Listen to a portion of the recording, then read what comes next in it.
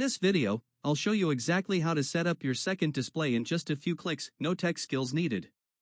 Whether you're a multitasker, a gamer, or just someone who needs more screen space, adding a second monitor is a game changer for your productivity. First, plug in your monitor using an HDMI or DisplayPort cable. Then, right-click on your desktop and select Display Settings. From there, you'll see both screens detected. Simply click Detect if the second one doesn't show up automatically. You can choose to extend your display to spread your workspace across both screens, or duplicate it to mirror your main screen. Drag and drop the screens to match their physical position on your desk, adjust the resolution if needed, and hit Apply, and just like that, you've doubled your workspace. It's seriously that simple, and once you try it, you'll never go back to a single screen.